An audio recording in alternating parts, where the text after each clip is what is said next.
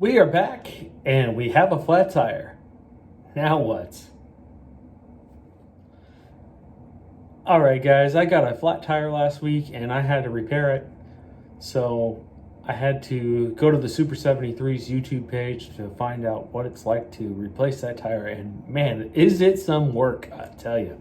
So first things first, you're going to need all the tools. And the proper tools, the best tools for the job, I've got here for you. Now, as you guys can see here, I've got the tools that I have in my backpack that I thought were sufficient to replace the tire, and boy, did I learn some. So, first things first, you're gonna wanna have the 5mm and the 3mm hex wrench, and then you're gonna wanna have an adjustable wrench and an inner tube and a way to pump up that inner tube, and probably your cell phone to pull up videos.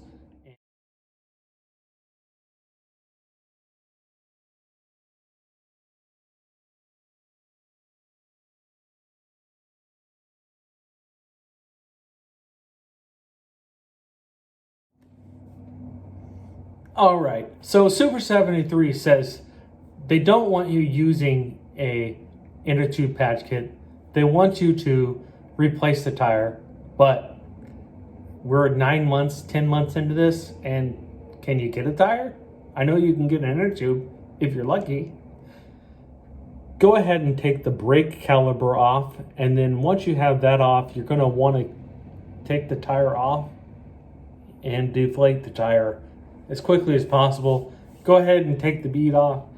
It helps that you have these additional tools. Let me go ahead and, it's important to have some type of tool to get that tire off. You're gonna wanna have this 5mm wrench.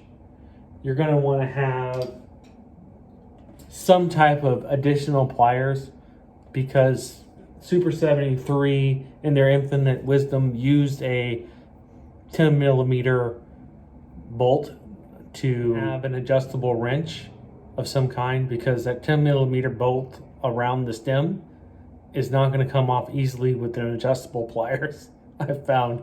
So once you get the tire off, get everything deflated, get the caliper off, and you're going to need to take out the tire. And to do that, you're going to need to use the 10mm bolt of some kind to get that off. Maybe you can get it off with your fingers if you're really strong, but I seriously doubt it. Now, you can use these tools to get the tire off, but I have found that you can just use your hand.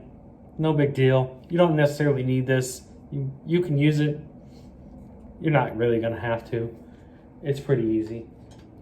Now, I have these two 5 and 3mm wrenches here that I use to take off the caliper and the wheel. So these are really great in a pinch, but they just didn't work for putting the caliper back on.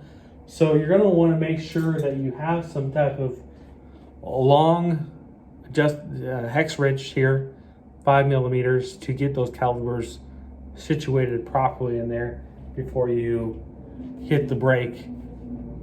You're gonna wanna do the best job possible. That took a little while. To get the tire reseated back onto the tire took a little while. I had to take the tire off and deflate it and inflate it again, and really watch one section of that tire bead, because it just kept on sinking down low and there was just no stopping it. Eventually I got it, but it did take a while. It is some work. Now, once you guys have the tire back on, you've got the caliper back on, and everything is perfect, go ahead and hit the brake and set that brake in there.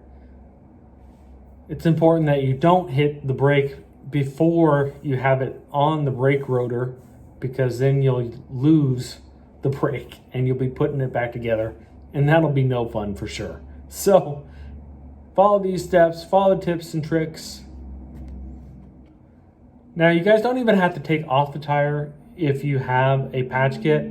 Make sure you have sandpaper, make sure you have cement glue, and make sure that glue dries to kind of tacky before you put it on together. And the best thing to do is to stick glue on the patch kit and the tire, because adhesive sticks adhesive the best. So it's important that you guys do that. That'll plug up your hole. Now Super 73, like I said before, they recommend you replace the tire, but you know, it may be difficult. $15 for a bike tube tire is a little steep sometimes. It's just really important that you guys pay attention to all the details when you're putting your tire back on. And then make sure you go ahead and run the brakes through a process. You're going to want to go up to 10 miles an hour and brake down to 1 mile an hour and repeat about 10 times, and do it at 15 miles an hour and doing it at 20 miles an hour. And that'll help your brakes get kind of recalibrated back down. So it's important that you do that as well if you don't want the screeching to be as adamant as it is. I know my bike came screeching, so I've learned to deal with it all over. All right, guys, so the next thing is you're gonna wanna go ahead and replace that tire if you can. For about $5, you can go get a kit to fix the tire. You stick the needle in there with the piece of leather and adhesive. It seals it up good. You're gonna wanna make sure you do that as soon as possible. All right, guys, that's going to be the video for today. Go ahead, like, comment, and subscribe down below if you want to hear more about this channel. I've got more tips and tricks coming up for you in a later video. See you next week.